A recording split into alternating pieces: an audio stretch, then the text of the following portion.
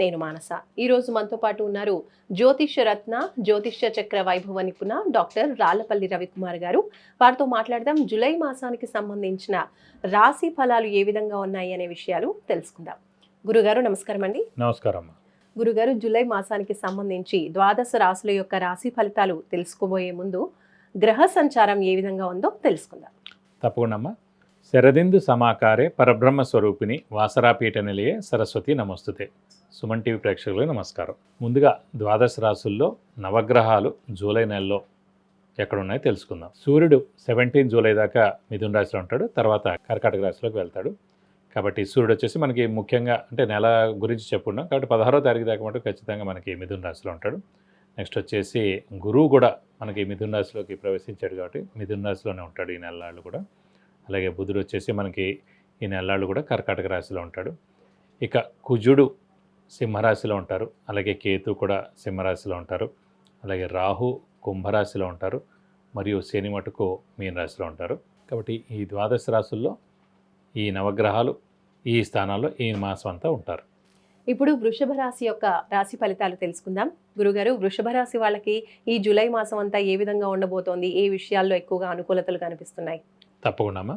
వృషభ రాశి అనగానే మనకి కృత్తిక 2, 3, 4 పాదాలు, రోహిణి 1, 2, 3, 4 పాదాలు, మృగశిర 1, 2 పాదాలు, ఈ నక్షత్రాల సమూహం అంతా మనకి వృషభ రాశిలోకి వస్తుంది. వృషభ రాశి వారికి అత్యద్భుతంగా ఉందని చెప్పుకోవాలి. మనం ఇదివరకు కూడా చెప్పుకున్నాం, వృషభ రాశి తులారాశి అత్యద్భుతంగా ఉన్నాయి ఈ సంవత్సరం కాలం అంతా. సో ఈ మాసం మటుకు వృషభ రాశి వారికి చాలా యోగదాయకంగా ఉంటుంది. శ్రమకాలం ధనం వ్యర్థం కాకుండా ఉంటుంది, అవసరానికి డబ్బులు సమకూరుతాయి, రావాల్సిన బాకీలు వసూలవుతాయి, ష్యూరిటీస్ స్పెక్యులేషన్స్ కలిసి వస్తాయి, మధ్యవర్తిత్వం వహించవచ్చును. అలాగే వ్యాపారస్తులకి పట్టిందల్లా బంగారం, అలాగే ఇంట్లో చిన్నపిల్లలు అలాగే పెద్దవాళ్ళు వాళ్ళ ఆరోగ్యం కూడా చాలా బాగుంటుంది. అలాగే క్రీడాకారులు, రాజకీయ నాయకులు, విద్యార్థులు, అలాగే మనకి ముఖ్యంగా చెప్పాలంటే వ్యాపారస్తులు, వీళ్ళందరూ కూడా అంటే టీవీ రంగం, పత్రికా రంగం, మీడియా రంగం, యూట్యూబ్ రంగం, వీళ్ళందరూ కూడా సినిమా రంగం, వీళ్ళందరూ కూడా అత్యద్భుతంగా ఉంటుంది ఎవరైతే వృషభ రాశి వాళ్ళు ఉన్నారో. ఎందుకంటే ముఖ్యంగా గురుబలం ఉండడం, అలాగే శని బలం ఉండడం, అలాగే రాహుకేతుల బలం, మొత్తం 4 గ్రహాలు మేజర్గా మనం చూసేది గోచారీత్యా చెప్పుకునే ఫలితాలు కాబట్టి 4 గ్రహాలు కూడా 100కి 100 ఉన్నాయి ఒక్క వృషభ రాశి వారికి. కాబట్టి అత్యద్భుతంగా ఉంటుందని చెప్పుకోవాలి. ఎలాంటి అడ్డు ఆటంకాలు ఉండవు. సో మిత్రులతో కలుస్తారు, ముఖ్యంగా ఇంట్లో పెద్దవాళ్ళ ఆరోగ్యం బాగుంటుంది. ఇంకోటి గృహిణులకి మానసిక ఒత్తిడి ఇవన్నీ కూడా తగ్గుతాయండి. చాలా స్ట్రెస్ స్ట్రెయిన్ ఇవన్నీ కూడా బాగా పడ్డారు లాస్ట్ ఇయర్ దాకా. సో అవన్నీ కూడా తొలగిపోతాయి. అత్యద్భుతంగా ఉంటుందని చెప్పుకోవాలి. ఇంకోటి అంటే మెయిన్గా ఈ గురుబలం ఉండడం చేత అందులో గురువు ద్వితీయ స్థానంలో ఉన్నాడు. ద్వితీయం అంటే కుటుంబ స్థానం, నేత్రస్థానం, వాక్స్థానం, ధనస్థానం. సో కుటుంబం లేని వాళ్ళకి కుటుంబం ఏర్పడుతుంది, ధనం లేని వాళ్ళకి ధనార్జన స్టార్ట్ అవుతుంది, అలాంటి ధనం ఉన్న వాళ్ళకి ఇంకా ధనం పెరుగుతుంది. అలాగే కుటుంబ స్థానం, నేత్రస్థానం. నేత్రస్థానం అంటే కళ్ళు ప్లస్ ఆరోగ్యం అనుకోండి. సో ఆరోగ్యం చాలా బాగుంటుంది. అలాగే వాక్కు స్థానం, ముఖ్యంగా వాక్ అంటే ఏదైనా సరే మనం మాట్లాడితేనే ఏదైనా పని జరుగుతుందండి. ఏ విషయంలో సరే మాట్లాడకుండా మౌనంగా ఉంటే కూడా ఏ పని జరగదు. మాటలతోటే ముఖ్యంగా మాట్లాడే సమయం అంటే న్యూస్ రీడర్స్ అవ్వచ్చు, యాంకర్స్ అవ్వచ్చు, అయితే మీలాంటి వాళ్ళు ఎవరైనా ఉండొచ్చు, వీళ్ళందరూ కూడా అత్యద్భుతంగా ఉంటుంది. ఆ ప్రొఫెషన్స్ ఎవరైతే ఉన్నారో ఆ డీల్ చేసే వాళ్ళందరూ కూడా. కాబట్టి వాక్ కూడా చాలా బాగుంటుంది. సో వాక్తో కూడా ధనార్జన కూడా సాధించవచ్చు.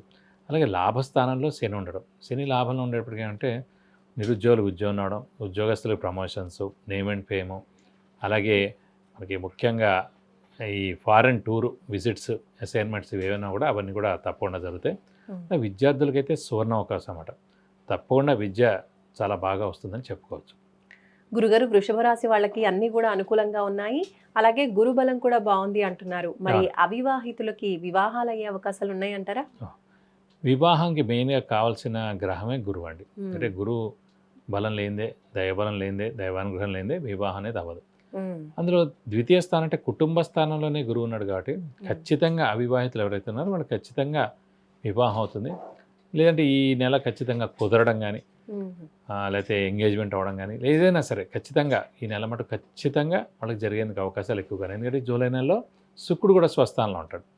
శుక్రుడు మెయిన్ కళత్రకారకుడు మగవాళ్ళకైతే, అలాగే వివాహకారకుడు కూడా అవుతాడు. కాబట్టి గురుబలం పరిపూర్ణంగా ఉంది కాబట్టి ఖచ్చితంగా అవివాహితులు వివాహం అవుతుందని చెప్పుకోవచ్చు. గురుగారు, ఇంకా మరి సంతానం విషయంలో వీళ్ళకి ఏ విధంగా ఉందంటారు? సంతాన కారకుడు కూడా గురువు అండి ఎవరికైనా సరే. ఎందుకంటే గురువు ఆర్థికానికి, సంతానానికి,